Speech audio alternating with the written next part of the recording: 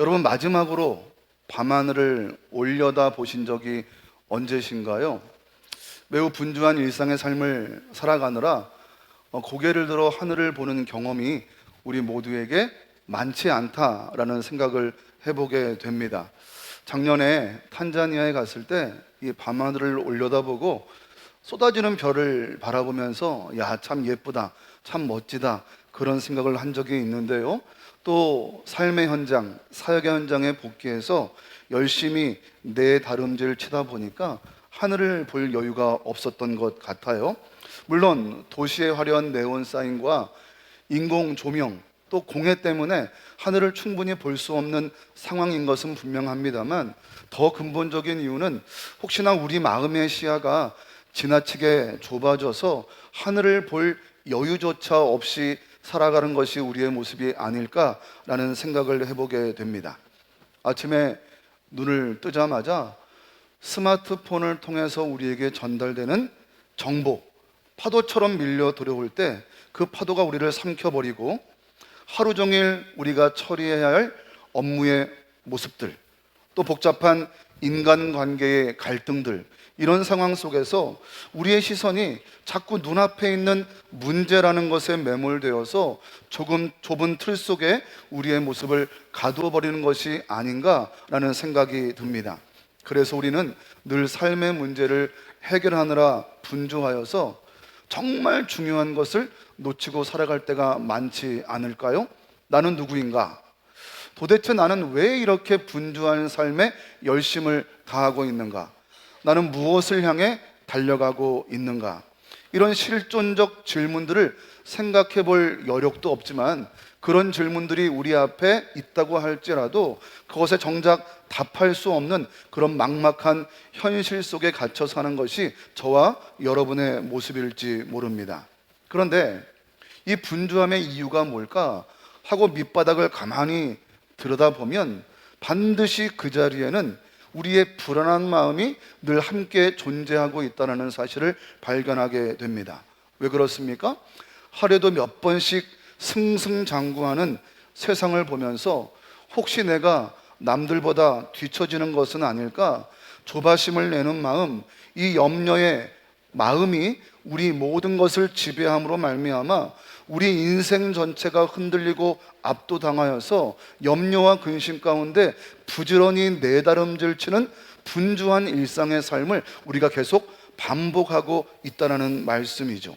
바로 이것이 우리의 문제일 수 있습니다. 우리는 늘 세상이 어디로 달려가는가 그 방향에 집중하면서 나보다 앞선 사람, 나보다 잘난 사람과 나를 비교하게 됩니다. 그런데 정작 나를 지으신 하나님, 목적을 두고 나를 이 땅에 창조하신 저 광대한 우주를 만드신 그 하나님과 나를 견주어 볼 여유는 잃어버리고 사는 것이 또한 저와 여러분의 모습이라는 말씀이죠. 땅의 것들에 나를 비교하고 견주는 일에 익숙해져서 분주하게 되니까 땅에 매인 우리의 마음의 시야가 낮아지고 좁아지고 작아지는 것은 당연한 일일지도 모릅니다. 그리고 그렇게 낮아지고 좁아진 시선으로는 아무리 애써도 내가 누구인가, 나는 지금 무엇을 향하여 이 분주한 삶을 살아내고 있는가? 라는 이 질문에 답할 수는 없습니다. 사랑하는 여러분, 내가 누구인가 바로 알려면 먼저 나보다 훨씬 크신 그분을 바라볼 수 있어야 합니다. 마치 작은 배 한 척이 넓은 바다 위에 나가 보아야 비로소 내가 얼마나 작은지 내 위치와 방향을 가늠할 수 있는 것처럼 말입니다. 그래서 오늘 본문의 시편 8편의 시인은 여타의 다른 인생들과는 정반대의 길을 걷게 되는 거죠. 그는 번잡한 삶의 현장에서 잠시 멈추어 섭니다. 그리고 고개를 들어 하늘을 바라보게 되죠. 달과 별들을 바라봅니다. 놀라운 것은 그 압도적인 우주를 마주한 순간 그가 작아짐으로 길을 잃어버리는 것이 아니라 오히려 내가 누구인가, 내가 지금 왜 이 자리에 서 있는가, 내가 무엇을 향해 내다름질 치고 있는가, 진정한 자기 자신을 발견하게 되었다는 점입니다. 본문 1절은 이렇게 말씀하죠. 여호와 우리 주여, 주의 이름이 온 땅에 어찌 그리 아름다운지요 라고 감탄으로 시작하고 있는데요, 마지막 읽었던 9절 말씀 또한 똑같은 문장으로 마침표를 찍게 됩니다. 이 처음과 마지막이 동일한 수미 쌍관의 구조 속에서 시인은 우주의 광대함을 보았고 그에 비할 데 없는 자신의 보잘것없음을 깨닫게 되는 거예요. 저 우주를 바라보니까 내가 얼마나 미약한 존재인가, 내가 얼마나 작은 존재인가를 발견하게 되었는데, 그럼에도 불구하고, 내가 이렇게 보잘것없는 존재임에도 불구하고 하나님께서 자신에게 부여하신 놀라운 존귀함, 놀라운 사명을 발견하게 되니 오늘 시를 통하여 하나님의 그 은혜를 고백하고 그 은혜에 감격할 수밖에 없었다는 말씀입니다. 이 시간 오늘 시편 기자의 걸음을 함께 따라가 보기를 원하는데, 그래서 우리의 좁고 이 낮아진 시선을 넓고 광대한 하늘로 또 온 우주를 만드신 하나님께로 함께 옮겨보는 복된 시간 될 수 있기를 소망합니다. 첫 번째로, 하늘을 우러러 나를 발견할 수 있기 위해서는 하나님이 얼마나 크신 분인지 알아야 합니다. 한번 따라해 보시죠.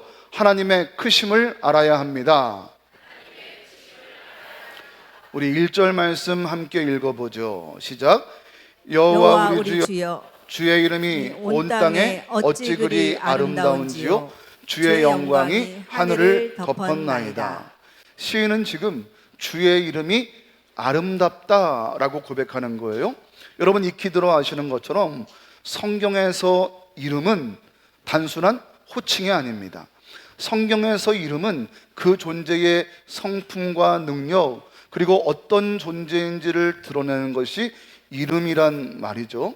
그래서 시인이 지금 주의 이름이 아름답다라고 고백하는 것은 주님의, 하나님의 존재, 하나님의 성품, 하나님의 능력이 어떤 분인지를 이 시인은 이미 충분히 알고 있는 상태다라고 전제할 수 있습니다. 창조주의 능력을 알고 창조주의 다스리는 주권을 알고 있는데, 그래서 그 이름을 알고 있는데, 바로 그분이 그럼에도 우리를 사랑하시는 그 하나님의 성품을 이 시인이 알게 되었던 거예요. 온 우주를 창조하신 그 하나님이, 그 성품을 가지고 계신 하나님이 어찌 나같이 미약한 이 존재를 사랑하고 인정하신단 말인가, 그 이름을 생각할 때 참으로 하나님의 이름이 아름다울 수밖에 없도다라고 고백하고 있다는 사실이죠. 그런데 이렇게 하나님의 이름이 아름답다, 위대하다라고 고백했던 시인은 2절 말씀에서 뜻밖의 방향으로 시선을 돌리게 됩니다. 우리 2절 말씀 제가 읽어보죠. 주의 대적으로 말미암아 어린아이들과 젖먹이들의 입으로 권능을 세우시며.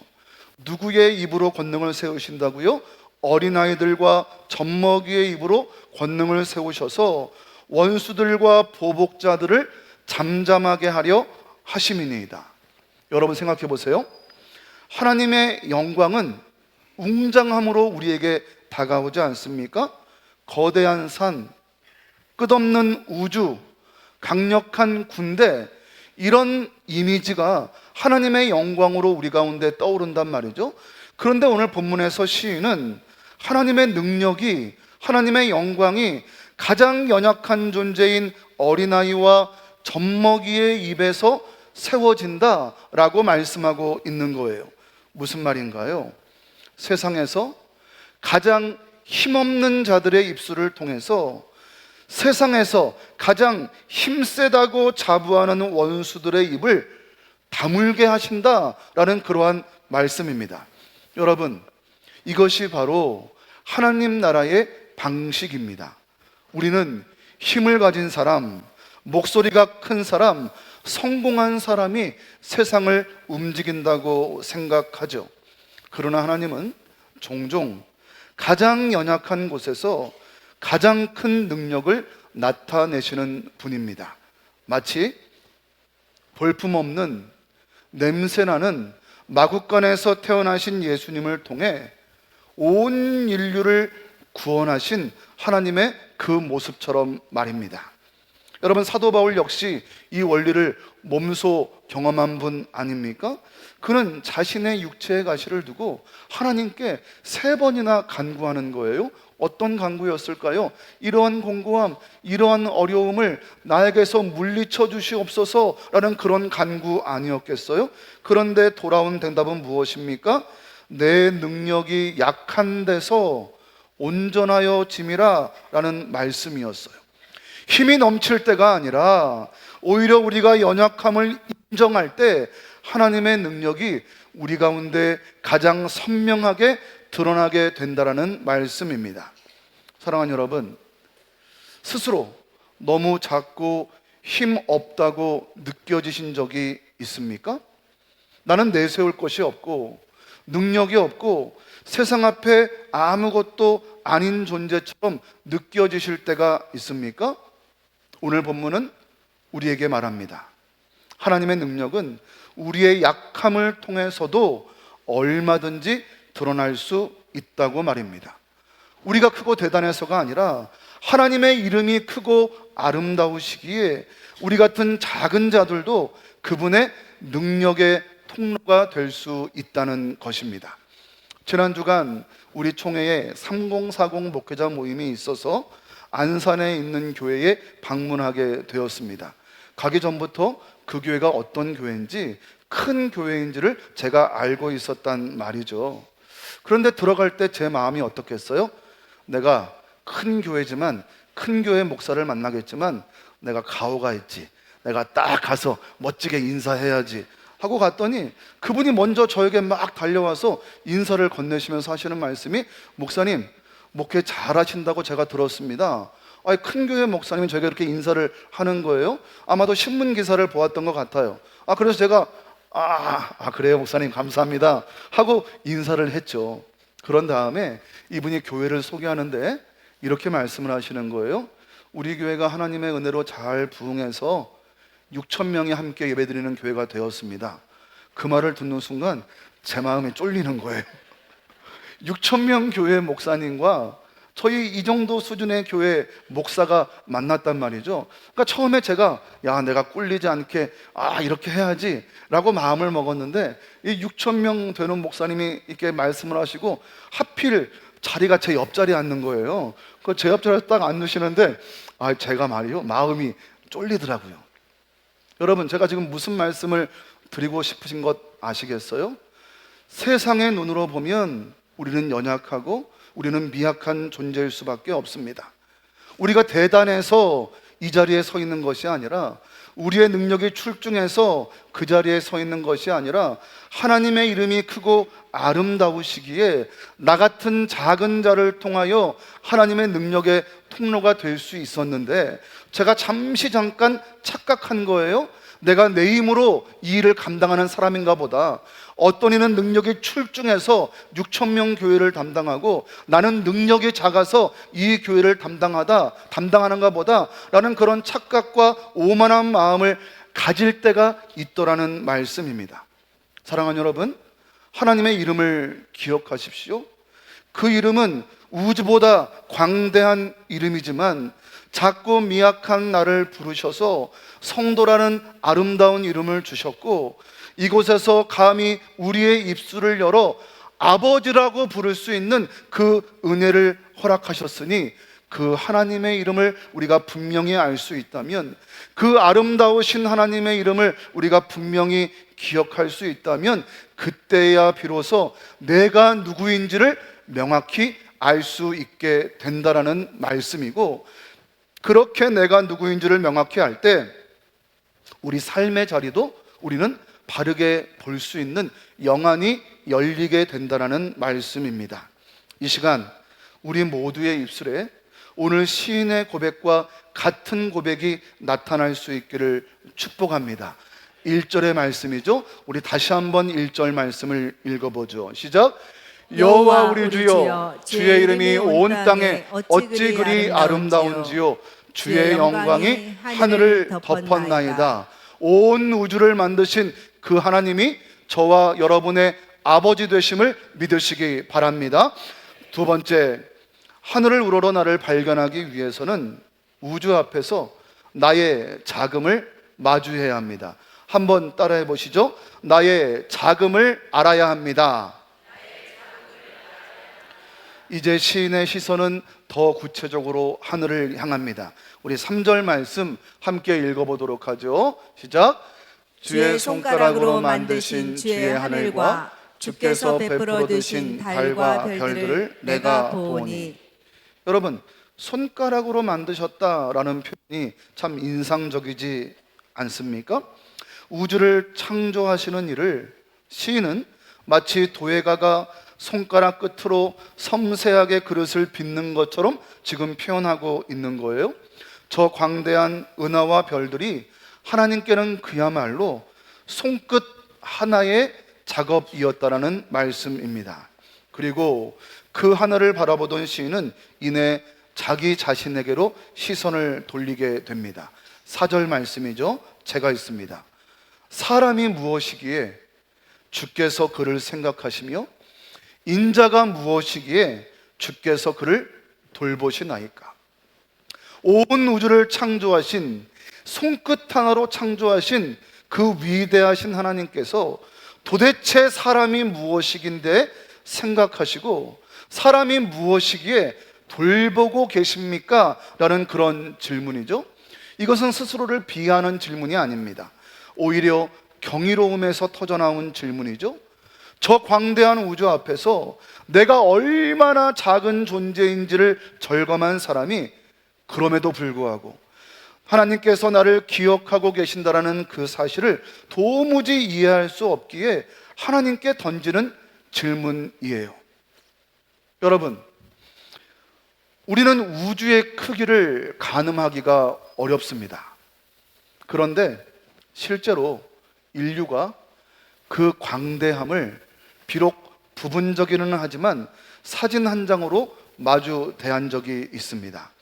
1990년 2월 14일 명왕성 궤도를 넘어선 보이저 1호가, 여러분 수금지와 목도 천해명 기억하시죠? 명왕성은 이제 태양계 행성에서 제외되었지만 우리가 어릴 때는 수금지와 목도 천해명이었거든요. 이 명왕성 궤도를, 이 지구를 출발한 보이저호가 훌쩍 넘어서 태양계를 벗어나게 된 거예요. 지구로부터 약 60억 킬로미터가 떨어진 지점이었다라는 거예요. 그런데 이 보이저 1호가 잠시 방향을 틀어서 이 태양계를 다시 바라보게 됩니다. 그리고 마지막으로 이 태양계를 촬영하게 된 거예요. 이 계획을 제안한 사람은 천문학자 칼 세이건이라는 분이었습니다. 이분이 그렇게 계획해서 이 보이저 1호가 태양계를 탈출하였을 때 고개를 돌려서 마지막 한번 태양계가 어떠한 모양인지 찍어보자 라고 했던 거예요. 자, 그렇게 사진이 드디어 찍히게 됩니다. 그 사진 속에 우리 지구의 모양은 어떻게 보였을까요? 사진 전체에서 지구가 차지하는 비원은 1픽셀도 되지 않았습니다. 이 사진은 확대해서 지금 여러분께 보여드리는 거예요. 전체 태양계에서 우리 지구의 모양은 1필색 작은 점만도 되지 못하였다는 거예요. 넓은 우주 경관에 흩뿌려진 빗줄기 사이로 겨우 보이는 먼지보다도 작은 하나의 점, 그것이 지금 우리가 살고 있는 지구라는 말씀입니다. 그래서 훗날 이 지구 사진은 별명이 하나 붙습니다. 창백한 푸른 점이라는 별명이었어요. 아무리 살펴보아도 창백한 푸른 점처럼 지구가 보인다라는 거죠.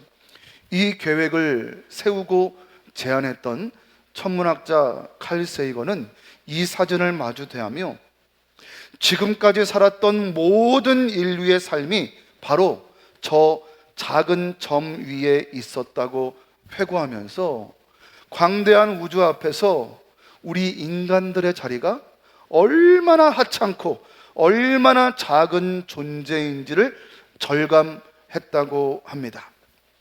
아웅다웅 다투면서 아웅다웅 겨루면서 살아가는 우리들의 모습이 저 전만도 못한 지구 가운데 티끌만도 못한 존재로 이 땅에 살아가고 있으니 얼마나 하찮고 작은 존재냐라는 그런 의미 아니겠습니까? 그런데요, 오늘 시편의 기자는 똑같이 이 광대한 하늘을 바라보면서 정반대의 결론을 고백하고 있는 거예요. 사람이 무엇이간데, 그렇죠, 사람이 무엇이간데, 저 푸른 점에 티끌만도 못한 존재 사람이 무엇이간데 주께서 사람을 생각하십니까? 라는 고백이에요. 이 광대한 우주를 만드신 그 손가락이 저 먼지 같은 점 위에 사는 나 하나를 여전히 생각하고 기억하고 계신다라는 그 놀라운 사실을 지금 시인이 고백하고 있는 것 아닙니까? 우주의 눈으로 보면 우리는 창백한 점보다도 못한 작은 존재일 뿐입니다. 그러나 여러분, 하나님의 시선으로 보면, 하나님의 눈으로 보면 하나님은 그 작은 점 위에 한 사람 한 사람을 여전히 생각하고 계신다라는 것이고 여전히 마음에 두고 계신다라는 거죠. 이것이 성경이 말씀하고 있는 인간 이해의 마음이라는 거예요. 사랑하는 여러분, 나를 작게 만드는 그 광대함이 도리어 동시에 나를 붙드시는 손길의 광대한 크기다라는 그러한 말씀입니다.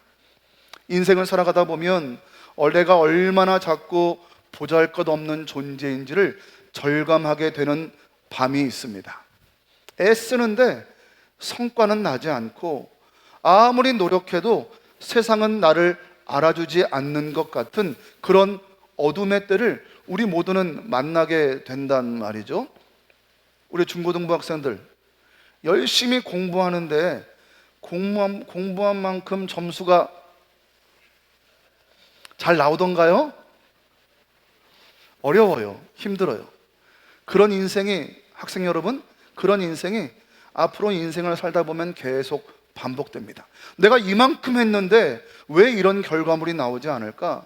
내가 이렇게 노력했는데 이렇게 잘 계획을 세우고 멋진 결과물이 나올 줄 알았는데 왜 이렇게 하찮은 결과물이 나오게 될까? 우리 인생의 어둠의 때를 우리 모두가 경험하게 된단 말이죠. 그러나 우리를 지으신 그분은 저 광대한 우주를 만드신 손가락으로 지금도 저와 여러분 한 사람 한 사람을 세심하게 돌보고 계신다라는 사실을 여러분 기억하시기 바랍니다.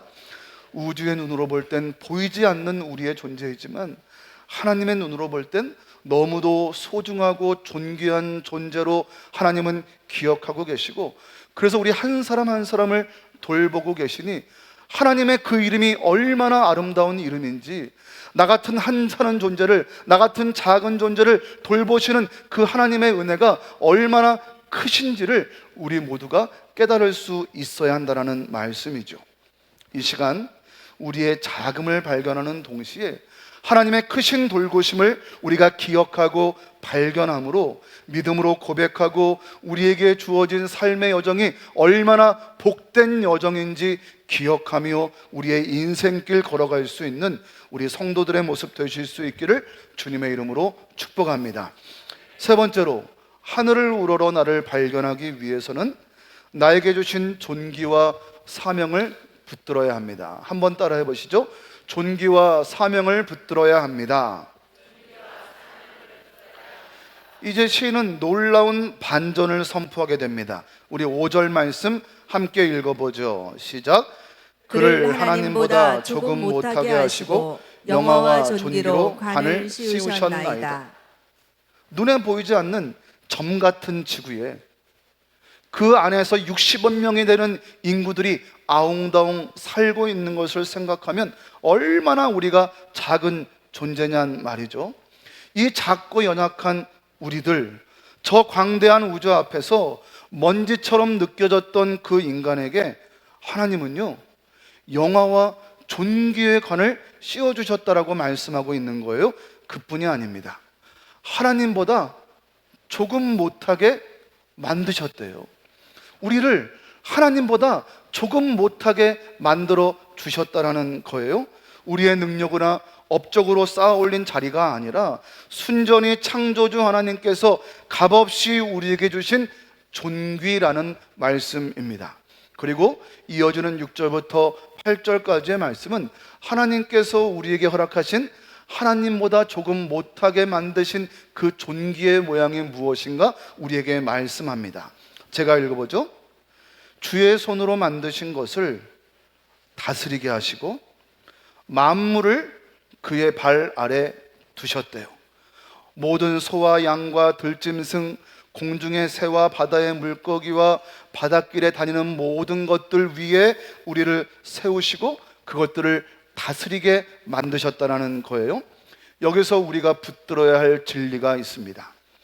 하나님께서 우리에게 주신 존귀는 우주 속에 먼지만도 못한 연약한 우리에게 그럼에도 불구하고 하나님께서 주신 존귀는 모든 것을 다스릴 수 있는, 모든 것을 위에 있는, 모든 것에 위에 있는 그러한 존귀함이지만 그것은 특권으로만 끝나지 않는다는 사실입니다. 존귀함은요, 곧바로 우리에게 주어진 사명의 모습으로 이어지게 됩니다. 하나님은 우리를 높여주시면서 동시에 우리에게 책임을 맡기신 거예요. 창조 세계를 다스리는 동시에 돌보고 가꾸어 나가는 청지기의 사명을 우리 모두에게 허락하셨다는 말씀입니다. 그 위에 군림하거나 그 위에 착취하거나 마치 내 것인 것처럼 교만한 모습으로 살아가는 것이 아니라 하나님께서 우리에게 그것을 잘 다스릴 수 있도록 맡기셨으니 청지기의 사명으로 존귀한 그 자리를 잘 지켜낼 수 있도록 우리에게 그것을 허락하셨다라는 말씀이에요. 창세기 1장 말씀을 기억해 보시겠습니까? 하나님이 인간을 지으실 때 하나님은 하나님의 형상을 담게 우리를 창조하셨습니다. 그리고 하나님의 형상을 닮은 우리들이 하나님을 대신하여서 피조물들을 다스릴 수 있도록 허락하셨단 말이죠. 바꿔 말하면 하나님의 마음을 가지고 마치 하나님을 대신하여서 그 일을 행하는 것처럼 하나님께서 우리에게 사명을 주셨다는 거예요. 따라서 우리에게는 그 존귀함에 걸맞게 살아가는 것, 그렇게 다스리고 그렇게 돌보고 그렇게 가꾸는 것이 우리에게 맡겨진 사명이라는 말씀입니다. 그 사명은 비단 자연 만물을 돌보는 일에만 국한되지 않습니다. 가정에서 자녀를 양육하는 일, 하나님을 대신하여서 그 일을 감당하는 모습이어야 한다는 거예요. 일터에서 나에게 맡겨진 직무를 감당하는 일, 마치 하나님이 하시는 것처럼 그 일을 감당해야 한다는 거예요. 이웃을 섬기고 공동체를 세워가는 일, 마치 하나님께서 원수를 사랑하라 라고 말씀하신 것처럼 피차 사랑하고 동역하는 일, 하나님이 하시는 것처럼 이 모든 일을 행하는 것, 그것이 하나님께서 하나님을 대신하여 우리에게 맡기신 다스림의 모습, 바로 사명이라는 이름이라는 것입니다. 그러나 문제는 솔직하게 말하면 우리가 이 존귀와 사명을 온전히 감당하지 못하고 살아간다는 거죠. 여러분, 가정에서 자녀를 양육할 때 늘 온유한 마음으로 인자한 모습으로 자녀를 양육할 수 있던가요? 아니요. 때로는 화가 나고 때로는 분이 날 때가 있습니다. 때로는 내 성질대로 자녀를 양육할 때도 있단 말이죠. 하나님이라면 그러시지 않았을 텐데 말이죠. 여러분, 일터에서 맡은 직무를 감당할 때 늘 하나님이 하시는 것처럼 성실히 일이 감당되던가요? 아니요. 때로는 일이 하기 싫고 때로는 이곳으로부터 벗어나고 싶은 마음이 우리 가운데 드는 것도 사실입니다. 하나님이 그 일을 맡으셨다면 그렇게 하지 않으셨을 텐데 말이죠. 사랑하는 여러분, 공동체 내에서 우리가 피차 관계할 때 성도들을 대면할 때 마치 하나님께서 우리를 사랑하신 것처럼 원수된 우리를 사랑하시는 그 하나님의 마음을 가지고 이웃들을, 성도들을 그렇게 대할 수 있던가요? 아니에요. 미운 사람이 있고, 내 마음을 불편하게 하는 사람이 있고, 대면하기 거북스러운 사람이 있단 말이죠. 하나님이 우리를 대면하실 때 불편하고 거북스럽고 대면하고 싶지 않을 만큼 원수된 모양을 가지고 있었음에도 불구하고 이 땅에 성육신하셔서 우리를 대하셨, 하나님의 그 마음을 생각한다면 우리가 그렇게 할 수 없을 터인데 우리는 반복하여 그런 잘못을 계속 저지르고 있단 말이죠. 그렇다면 우리가 하나님이 주신 그 존귀함의 모습을 올바로 감당하지 못하고 있는 것 아닙니까? 티끌만도 못한 나를 하나님이 기억해 주셔서 하나님의 그 아름다운 이름이 우리를 생각하여 주셔서 존귀함과 사명을 주셨는데, 그럼 우리 모두는 실패자의 모습이란 말입니까? 그래서 히브리서 기자는 시편 8편 말씀을 인용하면서 2장 8절 말씀을 우리에게 주는 거예요.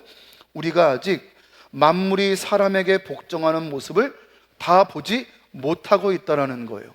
만물이 우리에게 복종해야 하는데 우리는 아직 그 모습을 온전히 보지 못하고 있다라는 말이에요. 이 말을 바꿔 말하면 우리가 하나님께서 주신 그 존귀한 사명을 잘 감당하는 모습이 피차간에 보여야 하는데 우리 서로에게는 너무나 모순이 많고 서로에게는 너무나 흠잡을 때가 많은 모습으로 비춰지고 있다라는 거예요. 하나님이 인간에게 주신 존귀와 사명이 우리의 죄와 연약함 때문에 온전히 아직 이루어지지 못하고 있다라는 말씀 아닙니까? 그러나 히브리서 기자는 여기에서 멈추지 않습니다. 바로 이어진 9절 말씀에서 히브리서 기자는 잠시 천사보다 낮아졌다가 죽음의 고난을 통해 영광과 존귀의 관을 쓰신 한 분을 우리에게 소개합니다. 누구신가요? 바로 예수 그리스도이십니다. 우리의 힘으로는, 우리의 능력으로는 그 존귀와 사명을 온전히 이루어낼 수 없지만 우리가 이루지 못한 그 존귀와 사명을 그리스도께서 그분의 삶과 십자가로 대신 이루어 주셨다는 거예요. 그리고 그분 안에 우리도 다시 부르심을 회복할 수 있는 길이 열리게 되었다는 말씀입니다. 여러분, 이것이 복음이라는 거예요. 우리는 존귀를 다 잃어버린 자리에서 시작하는 것이 아닙니다. 부족하지만 그리스도 안에서 이미 그 존귀를 되찾은 자리에서 시작하게 된다라는 거예요. 존귀가 다 사라지고 없어질 위기에 처해 있었지만 우리 모두가 예수 그리스도라는 이름을 붙들고 예수 그리스도 안에 그 사명을 다시 되찾을 수 있었다라는 겁니다. 그래서 우리의 삶에서 사명을 감당하며 살아가는 것은 존귀를 얻기 위한 몸부림이 아니라 이미 하나님께서 우리에게 주신 그 존귀에 대한 감사의 응답의 모습임을 여러분 믿으시기 바랍니다. 우리의 순종과 섬김은 자격을 얻기 위한 노력이 아니에요. 이미 값없이 받은 은혜에 대한 자연스러운 믿음의 반응이라는 말씀입니다. 사랑하는 여러분, 여러분은 지금 자신이 맡은 자리, 가정에서, 일터에서, 교회에서 존귀함이 회복된 그 모습으로 잘 살아가고 계십니까? 어쩌면 지치고 낮아진 자리에서 우리의 존귀함을 망각하고 가정에서, 일터에서, 존귀에서 하나님의 형상을 닮은 모습답게 하나님을 대신하여 우리의 역할과 사명을 잘 감당해내야 하는데 일상의 분주함에 우리의 마음을 빼앗기고 눈앞에 보이는 어려움들에 우리의 마음이 매몰되어서 하늘을 바라보고 하나님의 이름을 기억하고 광대하신 하나님의 은혜를 기억하며 그 존귀한 모습을 다시 한번 회복하고 은혜의 삶을 살아갈 수 있어야 하는데 그 존귀함을 망각한 채 예수를 만나기 이전의 삶처럼 다시 반복하는 우리의 죄된 모습이 다시 나타나고 있지는 않느냐라는 말씀입니다. 하나님은 우리에게 말씀하시는 거예요.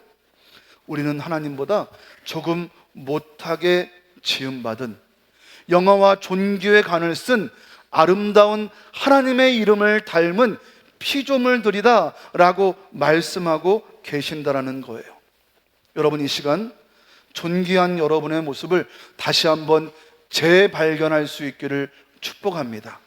하나님보다 조금 못한 존재로, 하나님의 형상을 닮은 존재로 여러분의 모습을 만들어 놓으셨고, 예수 그리스도의 십자가 은혜로 말미암아 그 존귀함을 잃어버렸다 다시 예수 그리스도의 이름으로 이 존귀함의 여정을 시작할 수 있도록 우리에게 만들어 주셨는데, 그것을 다 망각해버리고 마치 존귀함과 사명의 모습이 없는 것처럼 살아가는 우리의 모습이 아니라, 각자에게 맡겨진 그 작은 자리에서부터 성실하게 사명을 감당해 갈 수 있는 저와 여러분의 모습이 될 수 있기를 간절히 소망합니다.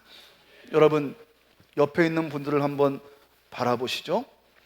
옆에 있는 분들의 모습이 그분의 조건과 자격과 요건만 가지면 우리가 충분히 사랑할 수 없는 모습일지 모르지만, 우주적인 시선으로 보면 미약하고 연약한 존재일지 모르지만, 하나님의 시선으로 보면, 성경이 말하는 인간관으로 보면 너무도 존귀하고 소중한 존재이니, 하나님의 지금도 한시도 눈을 떼지 않으시고 기억하시고 사랑하시는 존재이니, 여러분, 우리 옆에 계신 분은 어느 누구도 우리가 함부로 대할 자 없고 허투루 대할 자 없음을 믿으시기 바랍니다.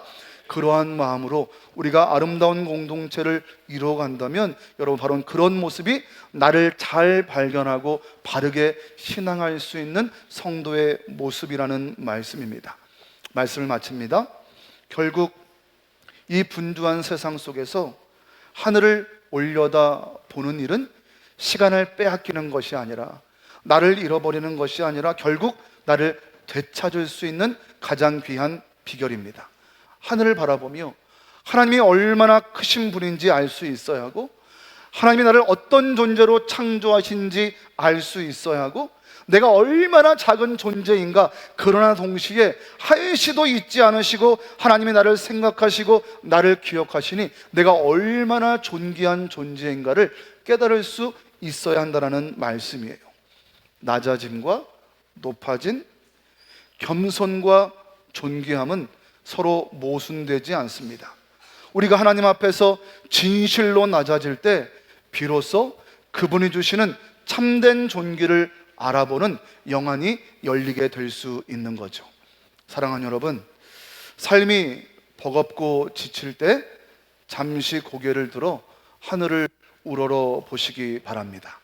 그리고 그렇게 하늘을 우러러 보시는 가운데 저와 여러분을 창조하시고 지금도 생각하시고 지금도 기억하시고 세밀한 당신의 손길로 우리를 붙들고 계시는 하나님의 그 은혜를 다시 발견하실 수 있기를 바랍니다. 이 시간 우리 모두가 하늘을 우러러 참된 나 자신을 발견하는 귀한 은혜가 우리 모두에게 더하여질 수 있기를 주님의 이름으로 간절히 축원드립니다.